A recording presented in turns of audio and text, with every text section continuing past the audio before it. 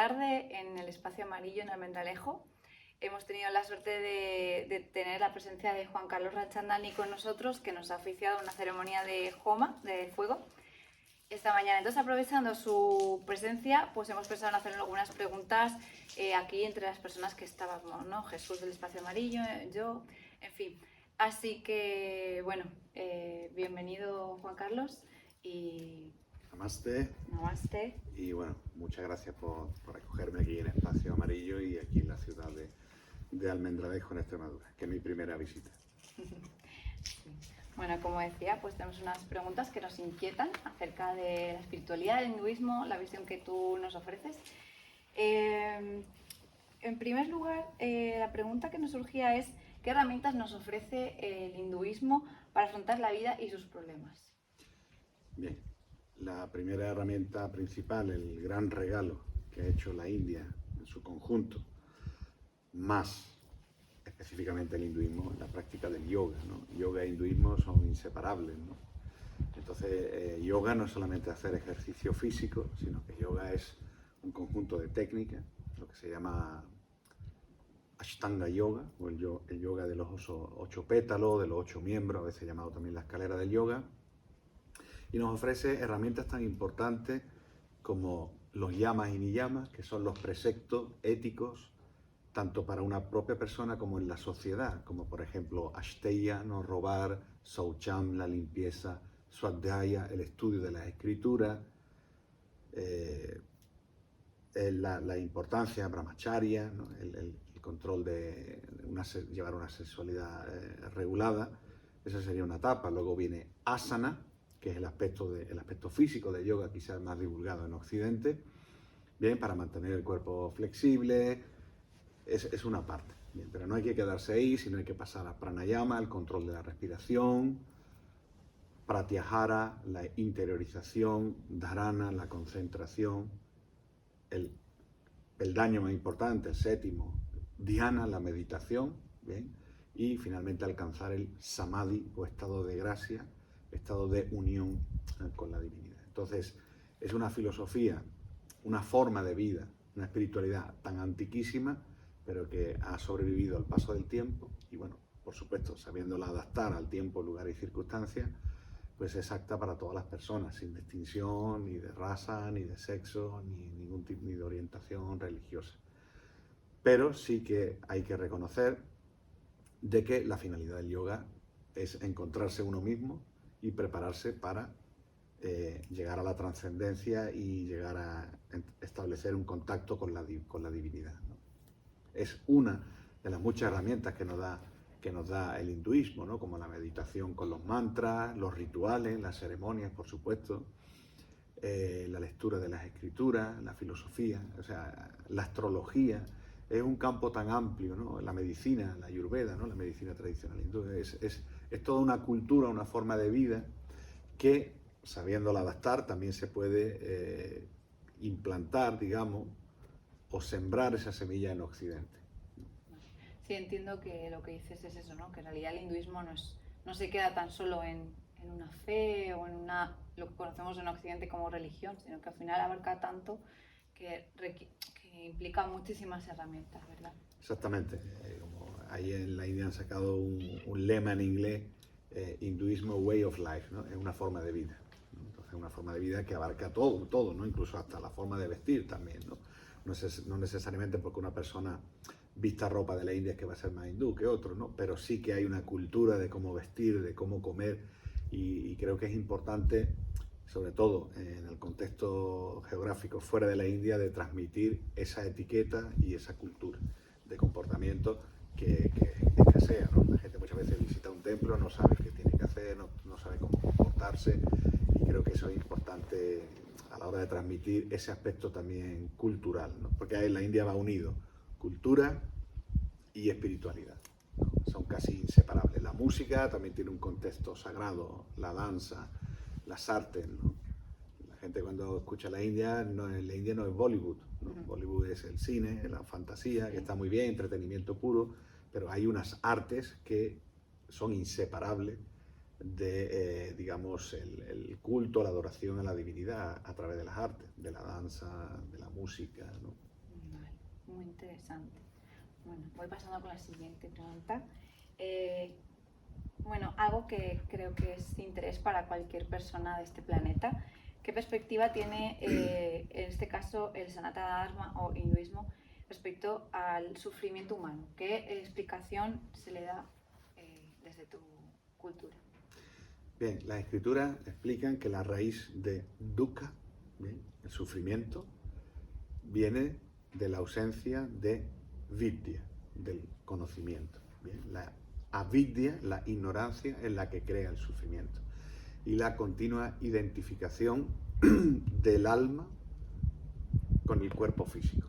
Bien, nosotros, en vez de reconocer que somos almas espirituales eternas y que en calidad somos igual a la divinidad, nos concentramos demasiado en el físico, en nuestro cuerpo físico. Bien, entonces eso es lo que nos crea sufrimiento, cuando nos identificamos con el cuerpo. Bien, el alma está dentro de un cuerpo, pero el cuerpo es simplemente un instrumento, ¿no?, para llegar a esa trascendencia. Cuando comenzamos un culto al cuerpo, finalmente siempre estamos insatisfechos. Que si una persona está más gorda, una persona está más delgada, que si uno es más moreno, que si uno es más blanco, ¿no? Porque el ser humano tiene esa naturaleza, ¿no?, de nunca estar contento. Es muy difícil alcanzar ese estado de atmarama o persona autocontenta. Necesita de agentes externos para la felicidad, ¿no? Entonces la raíz del sufrimiento está en este cuerpo físico, ¿bien? Porque el alma no siente, no padece sufrimiento, el alma es bienaventurada, es eterna, está llena de conocimiento, pero ahora está cubierta por una capa de ignorancia que es este cuerpo material.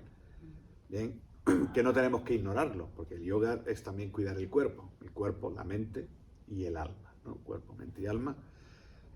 Pero sí que hay que tratar de reducir, minimizar un poco ese culto al cuerpo y tratar de trascender a través de la espiritualidad, ¿no?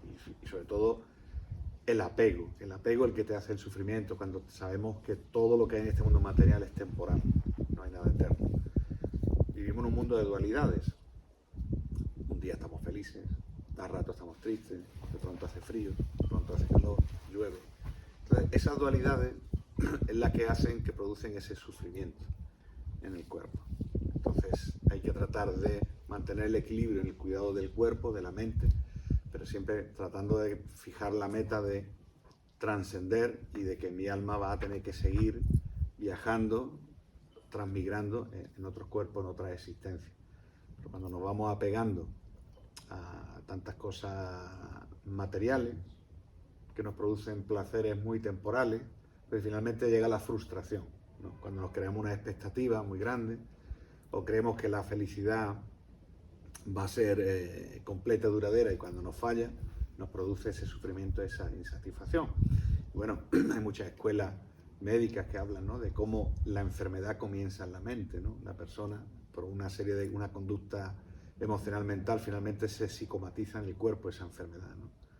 Entonces la importancia de tratar de mantener el equilibrio entre la materia y el espíritu. Por supuesto, vivimos en este mundo material, ¿no?, con lo cual pues tenemos que tratar de vivir lo mejor posible, como hablo yo siempre, artha, desarrollo económico, kama, placer, dharma, deberes, pero finalmente tratar de enfocarnos hacia moksha o la liberación, ¿no? Y el sufrimiento también viene por parte del egoísmo, ¿no?, de la persona, ¿no? Tú le das de comer a los animales, ¿no? Tú echas comer a las palomas y bueno, se comen, y cuando ya están satisfechas se van, ¿no? Pero el ser humano tiene la tendencia de acaparar, de querer coger todo sin pensar que le está quitando también lo que le pertenece a otra persona, ¿no? Entonces la existencia en este mundo material del ser humano, más que para someter a la naturaleza o tratar de someter a otros animales, a otros seres, el ser humano lo que tiene que aportar es equilibrio y cuidar, ¿no? La gente habla de que los animales, ¿no?, que no hablan, que no manifiestan sus sentimientos, ¿no? Pero bueno, es como si en una familia, cuando alguien tiene un hermano que tiene algún problema psicológico o tiene alguna minusvalía psíquica, con esto no va a querer, nosotros no lo vamos a despreciar, ¿no? O no vamos a dejar de querer, al revés, vamos a tratar de ayudarle más, ¿no? Entonces los animales, que tienen sus vías de comunicación, su naturaleza propias, nosotros no estamos para explotarlo ni para someterlo, sino estamos para ayudarlo y tratar de integrarlo en un ecosistema donde el ser humano tiene esa pieza clave, ese lugar. De acuerdo. Yo, claro, también lo planteaba un poco en el sentido de esta pregunta que se hace mucha gente.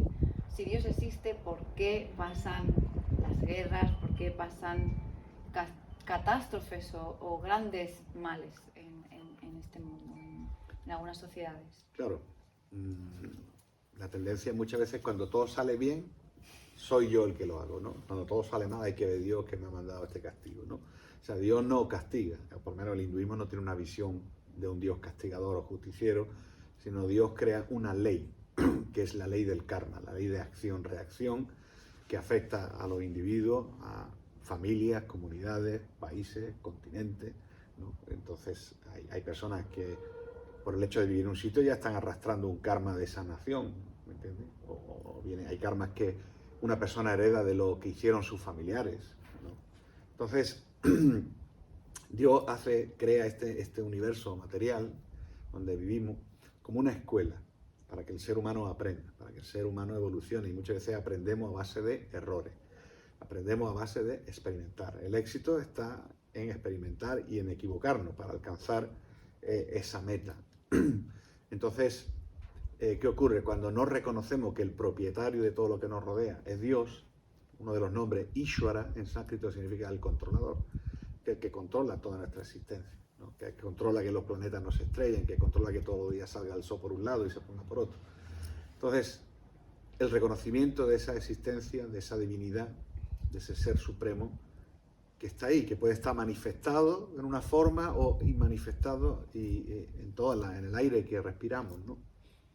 Krishna dice en la Bhagavad Gita: yo soy el sabor del agua, yo soy la luz del sol, yo soy el aire que respira, yo soy el aroma de las flores. Entonces la presencia de la divinidad la podemos ver en todos los seres. Es el egoísmo, el ego, en sánscrito se llama ahankar, el ego, lo que nos hace nublar nuestra visión y hacernos creer que nosotros somos los dueños, ¿no? Los dueños de las situaciones. Y no es así. ¿Por qué ocurren desastres de la naturaleza? ¿No? Pues porque tenemos que tener en cuenta que la propia Tierra es una entidad viviente. Bhumi, la madre tierra, o Gaia, como le llaman en otras culturas, la Pachamama, ¿no? Entonces, esa entidad viviente, cuando está sufriendo el abuso, la sobreexplotación del ser humano, de esos recursos que nos provee de forma natural, pues la Tierra se defiende, ¿no? Se defiende a través de... Es como si a una persona le están pinchando hasta que mueve el brazo, ¿no? Dice, oye, déjame, ¿no? Pues a lo mejor si mueve el brazo es un terremoto o un maremoto, ¿no? Pero finalmente esos desastres naturales que han existido a lo largo de toda la historia, ¿no? De la humanidad, finalmente es un karma, ¿no? Es una reacción a un determinado comportamiento. Las guerras finalmente las guerras las crea el hombre, ¿no? Incluso aquellas guerras en nombre de la religión, yo creo que Dios no toma partido por ninguno, ¿no? O sea, Krishna en la Bhagavad Gita, y la Bhagavad Gita se habla justo antes de comenzar una guerra en el campo de Kurukshetra, en la batalla de Kurukshetra, y Krishna le da un mensaje de espiritualidad a un guerrero, que es Arjuna, ¿no? Krishna le explica que todos tenemos un deber en la vida, ¿bien?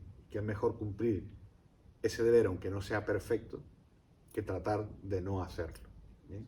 Entonces, la espiritualidad tampoco quiere decir un pacifismo, ¿no? Porque en una sociedad son necesarios el ejército, la policía, todo tiene un rol, un papel en la sociedad.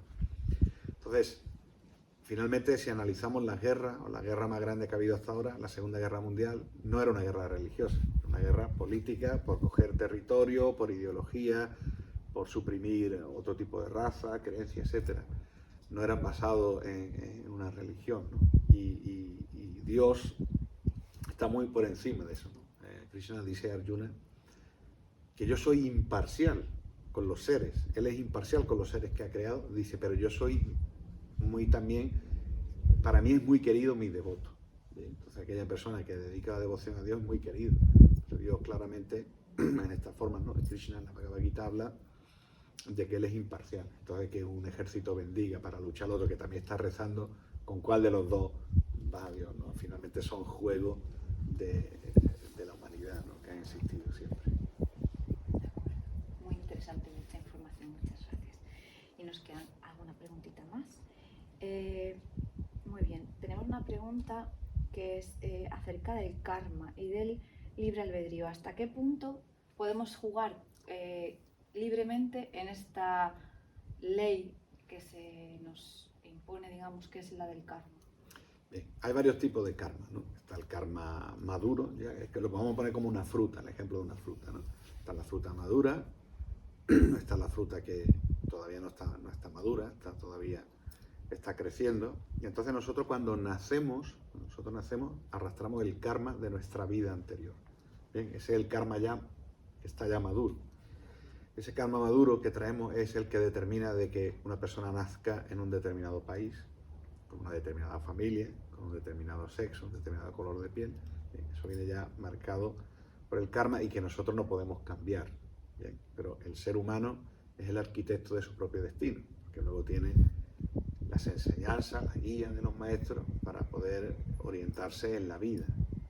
Y esa orientación en la vida hace de que hagamos un buen uso del libre albedrío. Dios nos ha dado ese regalo, esa diminuta independencia, donde nos creemos que somos completamente independientes, y ha dicho Dios, experimenta, trata de hacer lo que tú quieras, y cuando realmente quieras volver conmigo, yo estoy aquí para recibirte, ¿no? Entonces el libre albedrío existe, porque nosotros tenemos la capacidad de tomar decisiones, ¿no? Luego hay que mirar si son las decisiones correctas o erróneas, ¿no? Pero el karma que no se puede cambiar es con el que tú naces, ¿no? Porque una persona nace en África, en Etiopía, y otra persona nace en una familia rica en Estados Unidos, por ejemplo, ¿no? Porque una persona es blanca, otro es negro, porque uno es mujer, es hombre. Entonces, esto viene por nuestras acciones pasadas. Bien, nuestras acciones pasadas, nuestro karma, y a lo largo de nuestra vida nosotros estamos creando constantemente acciones, reacciones. Y luego está el karma inmediato, ¿no? El karma instantáneo, ¿no? O sea, si yo toco el fuego y me quemo, no es, oye, es un karma porque no, es porque el fuego te va a quemar si lo tocas, ¿no? Por eso la vida espiritual dice que 99,99% de sentido común. ¿Eh? La espiritualidad es hacer el mejor uso de la inteligencia que nos ha dado Dios. Entonces, el libre albedrío, las decisiones que nosotros tenemos, pero recordar siempre que tenemos una independencia muy pequeña. Incluso hasta nuestros planes, ¿cuánto podemos planificar una cosa? ¿Cuántas veces planificamos? Salgo de casa, cojo el tren, llego al aeropuerto, tengo que coger el avión, y muchas veces te pueden suceder cosas que no están planificadas, porque finalmente tú no tienes el control, tú no eres Ishvara, tú no tienes el control de las circunstancias, ¿no? Entonces, eso es una cosa. Y la importancia de crear acciones que nos den resultados, reacciones positivas.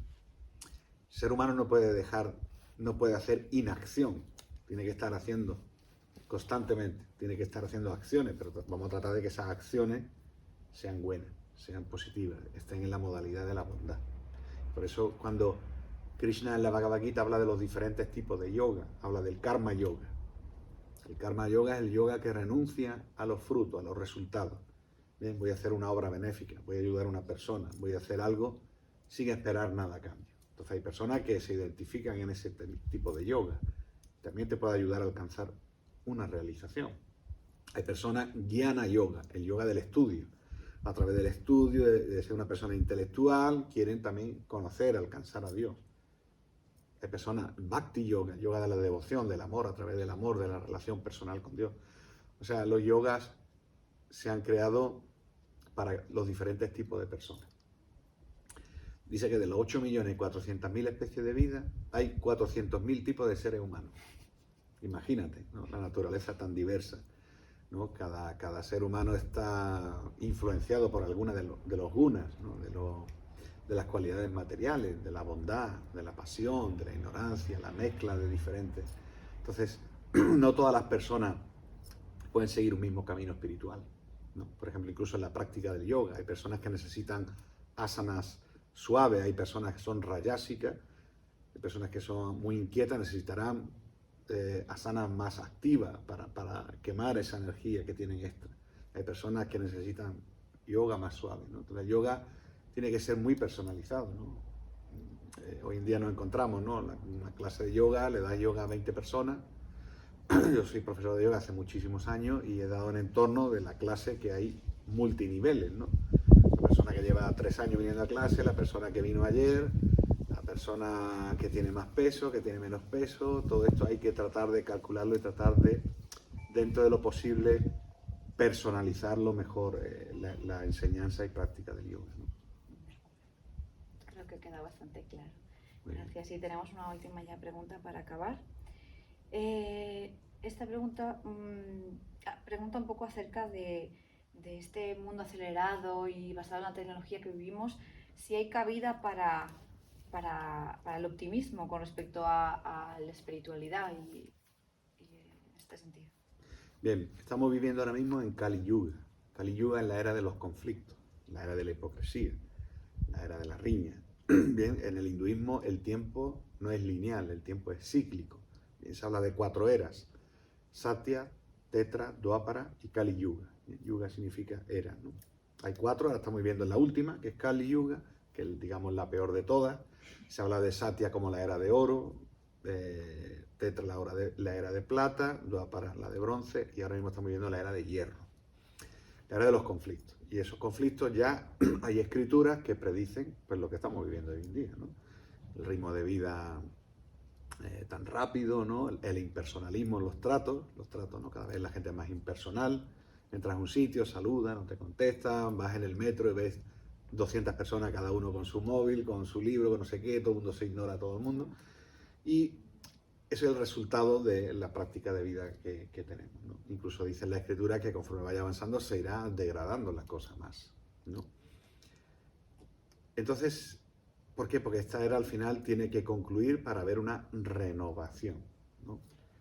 Pero la divinidad es tan misericordiosa que dice bueno, que él, dentro de esta época de Kali Yuga, tan en ciertos aspectos calamitosa, ¿no? Porque es una época donde estamos viendo los mayores adelantos tecnológicos, ¿no? ¿Quién me iba a decir a mí, no sé, hace 20 años atrás que yo podía estar sentado hablando con una persona y mandarle un WhatsApp y hacer una videoconferencia? No te lo crees, te lo cuenta y dices, mentira, eso no puede ser, ¿no?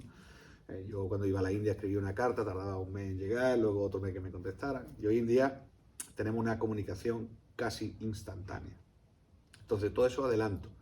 En la medicina, en las comunicaciones, en todas las cosas está muy bien, porque es una aportación al mundo. Pero esas cosas hay que darle también su toque espiritual, ¿no? Yo esta mañana comentaba como espiritualidad, si le quita ritual. Si el ritual por sí solo no funciona, tiene que tener también espiritualidad.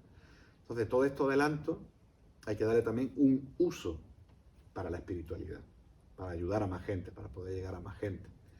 Bien, antes los maestros vivían en un ashram y iban un número muy limitado de personas. Hoy en día, con la globalización, el mensaje que da lo pueden ver en cualquier parte del mundo, a cualquier hora del día. Entonces sí que hay una esperanza, hay una era dorada en este Kali Yuga, a través de que, por supuesto, comenzar un camino espiritual, que no necesariamente, y eso me gusta dejarlo siempre muy claro, no tiene por qué ser Sanatana Dharma, ¿no? Sino la persona tiene que estar en un camino espiritual que sea feliz, ¿no? Krishna dice en la Bhagavad Gita, Raja Vidya Raja Guhyam Saswatam Sukham Uksaham. Raja Vidya dice que este es el rey del conocimiento, Raja Vidya, el rey del conocimiento. Raja Guhyam es algo oculto, es como un secreto, muy valioso. Saswatam Sukham lo tiene que vivir con felicidad y Upsaham, entusiasmo. Entonces la espiritualidad la tiene que vivir con entusiasmo. No podemos ver gente, yo la gente que lo veo muy serio, así con cara amargado, digo, no puede ser esa espiritualidad así. La espiritualidad tiene que tener felicidad y que la persona está convencida y está a gusto. Si la persona no está a gusto en un camino espiritual, yo le recomiendo que lo deje y si es necesario busque otro. Pero no estar en una situación artificial. Entonces, lo mismo que está, es como una carretera de 2 sentidos, ¿no? Si tiene la espiritualidad, necesita también la ayuda del ritual. Y el ritual, por supuesto, tiene que tener el contenido de la espiritualidad. Uno se complementa al otro y bueno, a través de tantas prácticas que hoy en día están surgiendo, Lo que sí, me gusta que las cosas sean genuinas, que podemos adaptarlo al contexto del tiempo, lugar y circunstancias en lo que vivimos, pero luego también vemos muchos sucedáneos que ocurren en el yoga, ¿no? Yo no me gusta ni la banalización ni la desacralización del yoga, porque el yoga es una disciplina sagrada, es uno de los Sattdarshana o de los 6 sistemas filosóficos del hinduismo, ¿no? Cuando vemos esto de naked yoga, yoga desnudo, beer yoga, yoga bebiendo cerveza, pet yoga, yoga con tu mascota. Pues eso cuando lo ven en la India se llevan las manos a la cabeza, ¿no? Dice, si levantara la cabeza Patanjali, ¿qué diría, ¿no? De lo que él codificó. Entonces, a veces la mente occidental, que es muy creativa, está muy bien, por eso muchos de los adelantos, ¿no?, que se han creado, pero hay ciertas cosas que hay que tratar de mantener ese equilibrio entre la tradición y lo que ha sobrevivido desde que tenemos textos, ¿no?, recogidos de los Yoga Sutras, más de 2500 años. No podemos ahora profanarlo, desacralizarlo ni banalizarlo, ¿no?, en el nombre de ese mercado mundial que se ha creado en torno al yoga, a la meditación, ¿no? O sea que claro, es lo que dices, que realmente hay esperanza porque hay todos estos movimientos y... Sí, claro que hay esperanza, y esa esperanza va a depender de nosotros mismos y hasta qué punto estamos dispuestos a entregarnos a Dios, ¿no? Porque finalmente nosotros somos su creación, Él no nos va a dejar abandonados, ¿no? Por eso en la tradición a la que yo pertenezco, Vishnu, Narayana, desciende como el avatar, como la encarnación en cada yuga para restablecer los principios religiosos, para ayudar a las personas, ¿no?, para traer un mensaje, porque han venido, si no ha venido Dios directamente, han venido profetas con diferentes mensajes. Ahora es hasta cuánto la persona, el ser humano, quiere entregarse, quiere seguir viviendo durante miles y miles de vidas en avidya, en la ignorancia, o hasta qué punto ya quiere despertar, ¿no? Había un santo bengalí del siglo XIX que compuso una canción que decía Jip Jago quiere decir alma, despiértate, ¿no? ¿Cuánto tiempo vas a estar? Jip Jago Gora Chandra Boli, ¿no? Decía que cuánto tiempo vas a estar durmiendo, ¿no? ¿Cuánto tiempo vas a estar en la ignorancia? ¿Cuánto tiempo vas a estar seducido por la energía ilusoria, ¿no?, que la compara como una bruja, ¿no?, como una bruja que te tiene ahí embrujado y no te das cuenta del tiempo que va pasando. Entonces ahí hay que crear un despertar. Mi maestro siempre decía, donde tú veas una chispa, donde tú veas un rescoldo, ve y abanícalo para que esa chispa se produzca un fuego. Entonces ahí depende de las personas, porque claro, cuando vienen muchos maestros hinduistas y de otras profesiones, también hay que saber diferenciar quién es el maestro, quién es el engañador, quién es el cantamañana, quién es el que realmente trae un mensaje. Para ser maestro, yo siempre digo, primero tiene que ser discípulo, ¿no? Y discípulo viene de la palabra disciplina, ¿no? Entonces, el maestro genuino fue también en su momento fue un discípulo, ¿no? Y muy importante que lo que hable tiene que estar respaldado por guru, lo que decía su maestro, sadhu, lo que dice el conjunto de los diferentes maestros, aunque no sea el tuyo, y shastra, lo que dice la escritura. Entonces es muy importante a la hora de hablar dar el pramana. Pramana quiere decir la prueba. Cuando un abogado está defendiendo en una corte, en un juzgado, una causa, tiene que citar de las leyes, ¿no?, para dar su punto. Tiene que reafirmarse, tiene que dar una prueba para que lo que está hablando tenga una firmeza, tenga un valor, ¿no?, según el caso tal y tal que ocurrió. Pues lo mismo, cuando una persona habla muchas veces de espiritualidad, es muy importante que cite la escritura, que cite lo que dicen los maestros, no simplemente una creación, ¿no?, una creación o una especulación mental de esa propia persona. No, es que yo creo lo que yo pienso. Entonces sí que es bueno que si lo que quieres decir, diga, mira, esta es mi opinión personal, yo tengo también mi opinión personal, pero también yo tengo que seguir una transmisión, lo que se llama el parámpara, que es la sucesión, la cadena discipular de maestro y discípulo, y yo sigo esta corriente, esta tradición. Y luego también puedo tener mi opinión aparte, pero tengo que especificar cuándo es una cosa y cuándo es otra, ¿no? De acuerdo. Y así como para concluir un poco, lo que decías de Kali Yuga, el paso de Kali Yuga a, digamos, la primera era, que sería la dorada, ¿no?, la de oro, que es una cuestión de como de libre albedrío de la sociedad el pasar de una a otra. No, los Hay unos tiempos, ¿no? Los tiempos son cíclicos, incluso las escrituras mencionan unos tiempos, ¿no? Por ejemplo, el Bhagavad Purana menciona que Kali Yuga dura 427.000 años, de los cuales solo han pasado 5.000. O sea que nosotros no veremos en los cataclismos más grandes, no lo veremos o no estaremos en este cuerpo, ¿no? Claro, luego hay una interpretación. Hay gente que dice, bueno, esos 427.000 años es de otra forma, esos son años celestiales, que en la Tierra está. Bueno, lo que sea, lo que sí quiere decir que no estamos hablando, no somos catastrofistas, que estamos hablando de que va a haber un fin de los tiempos, una destrucción de la Tierra en un clima, ¿no? Digamos, en algo reciente. Pero sí que va a haber una degradación de la humanidad, de los valores morales, ¿no? Y sobre todo también de la relación entre los seres humanos, entre unos y otros. Cada vez yo he ido a lo mejor a una cafetería o algo y he visto una reunión de jóvenes de 14, 15, 16 años y son 8 y los 8 están con el móvil, ninguno está hablando con ninguno. Se han reunido para sentarse para cada uno sacar su móvil, ¿no? Que antes por lo menos los niños jugábamos en la calle, ¿no? Entonces se va deshumanizando. Por eso digo, el móvil es una herramienta muy útil que te facilita mucho la vida, pero tiene que darle un buen uso, ¿no? Un cuchillo lo puedo utilizar para cortar una manzana o puedo utilizarlo para matar a alguien. Entonces esa es la importancia, ¿no? De ese libre albedrío, de darle el buen uso a todas las cosas en la vida y por lo menos aplicar lo que sea posible a la espiritualidad, para el bienestar de uno mismo y del resto de la humanidad. Pues nada, pues con esto concluimos. Esperemos que le demos buen uso de nuestro libre albedrío y sigamos evolucionando. Pues nada, muchísimas gracias. Gracias. Om Shanti. Om Shanti.